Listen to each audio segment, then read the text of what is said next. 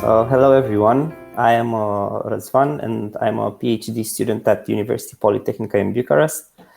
I have been contributing to D for about 5 or 6 years and it's been a lot of fun doing that.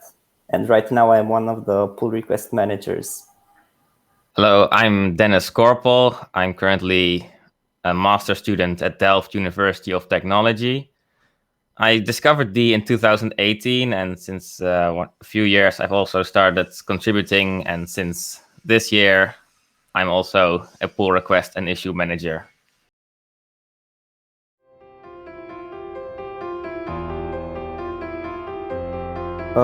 So typically I have a few activities that I usually do. The most important one is looking at the PR queues and seeing what the PRs have been made recently. I think it's very important for new contributors to have feedback as soon as possible on their PRs.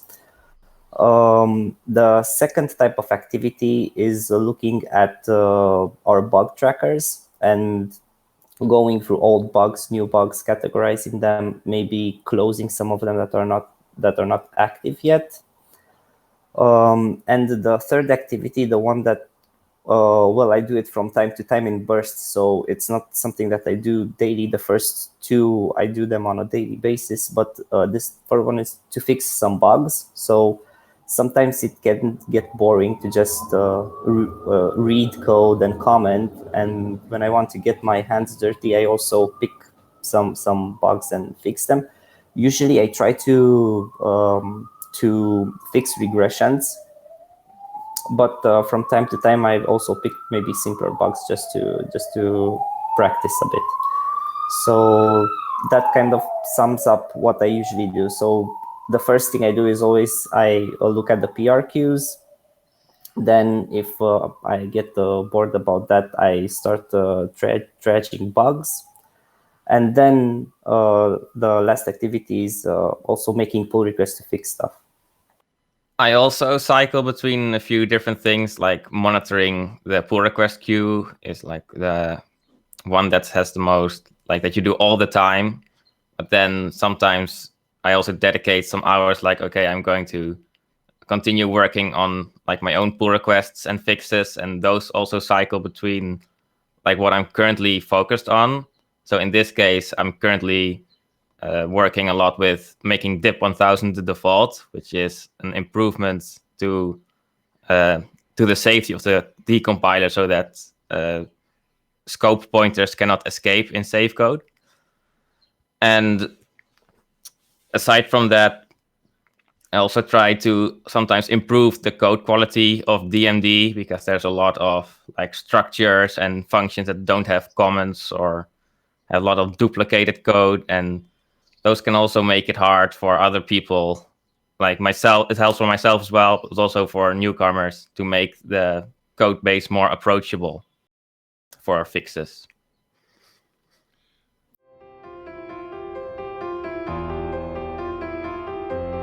So in any case, I don't mind, like you can always just ping me on Discord or mail me or on GitHub or whatever. Like I'm never like, oh, you shouldn't contact me, of course. But I think it's most effective if you have like a bug that you think is like very easy to be fixed or like possible to be fixed, but it's just forgotten. Then that's like the most useful like ping I can get, I think, because if there's a new issue, chances are I already see it, like that is. And if it's a very infamous issue, like some issues are just really hard and have not been fixed because they are controversial. It's not really clear what the expected behavior is, or they really have to are really a rewrite of a whole part of DMD, like new faster compile time function execution. That's a big project that's been going on for a while. Like I cannot just fix that in an afternoon, of course. But yeah, there are a lot of issues that are really simple, but just forgotten. And yeah, those can really be. It's really effective if you bring those up.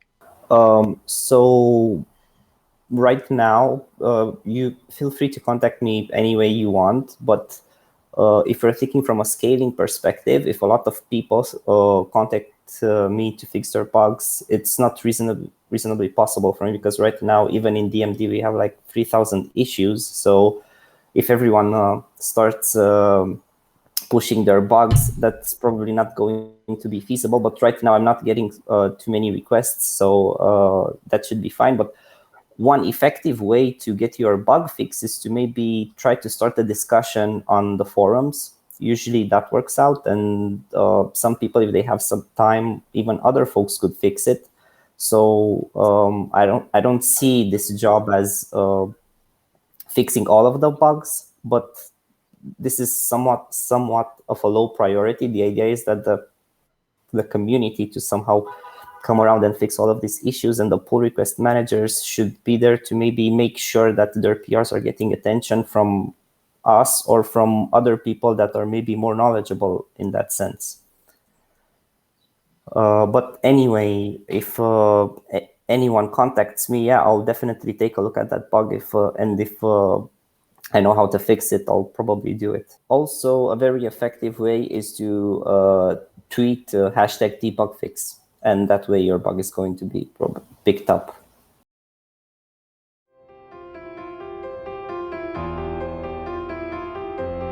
So one important thing to note is that the position is not about like fixing all the bugs, because DMD is a big project and we can't handle everything, and different people know different parts of the compiler well.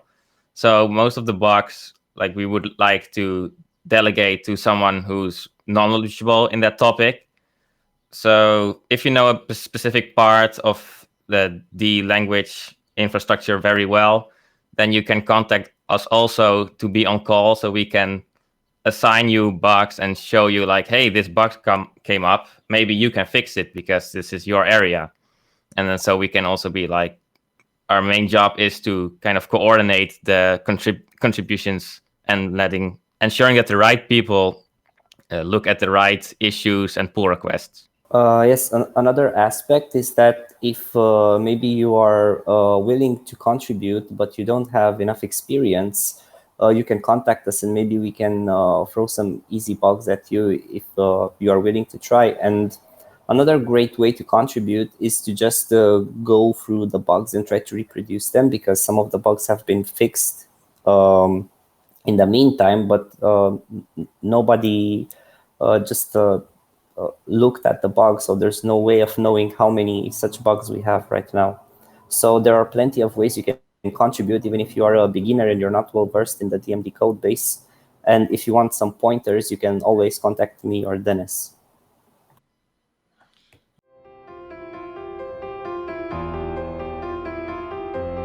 So right now, there isn't that much activity on the PRQ, so we just have the veteran contributors that are making a lot of pull requests, but we're not getting that many PRs from newcomers. So we have 3 main repos, DMD, Runtime, and Phobos.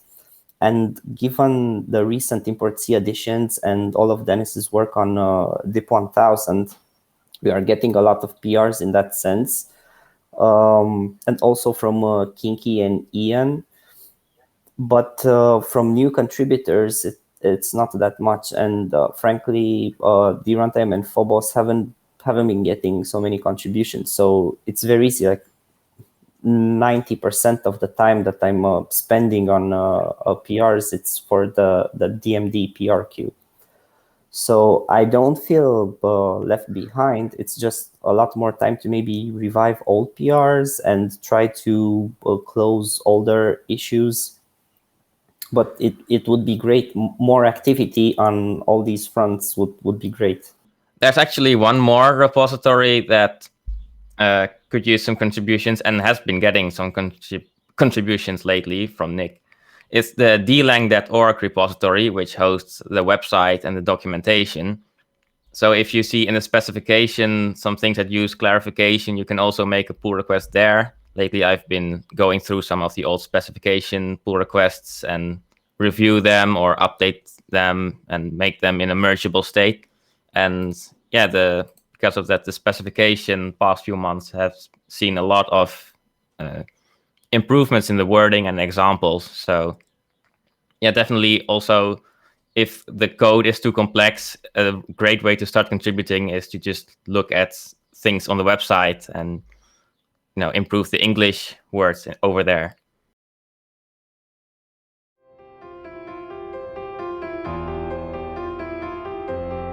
So one thing that I would like to say is that, so right now I don't know exactly how to put it, but there's this phenomenon that's happening, that people are creating pull requests and you give them some feedback, but then they just lose interest in those pull requests, and essentially there's no way to move forward. Like, the only way is you just need to pick up the pull request and do the necessary bits, but if the work is a bit complex, then that doesn't. So I want to somehow stress out the fact that if you open a pull request, it's somehow like your baby. You need to make sure it's your responsibility. You need to make sure that it matures and becomes a functioning adult or something. And this thing, even Walter does this very often. He creates a lot of pull requests, and if the auto tester, and if the pull request doesn't get merged in like 2 or 3 days, it's really hard to get an answer from him. And I mean, maybe it can pass like 3 or 4 months, and then somehow Walter gets back to it. For me as a pull request manager, and for my OCD in that sense, it's kind of, I don't know what to do about it, right? So I don't have currently a solution where I can maybe nag the contributor to just take the PR to the finish line. One thing I like to add is that when I give feedback, I always try to be like, I try to give it in the best spirit possible. So even though I sometimes may look like I'm just consistently nagging about everything that's wrong with the pull request, I always appreciate any contributions. And yeah, the critique is always in interest of improving the code quality and not personal attack.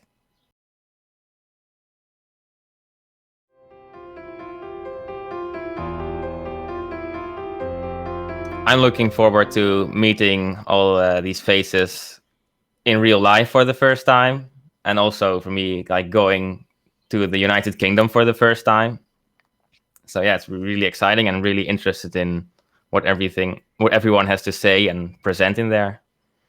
A few years back, there was this discussion on the forums, and there were some people that were suggesting that having a physical DConf isn't really like the best way you can do a conference, that you can do online conferences.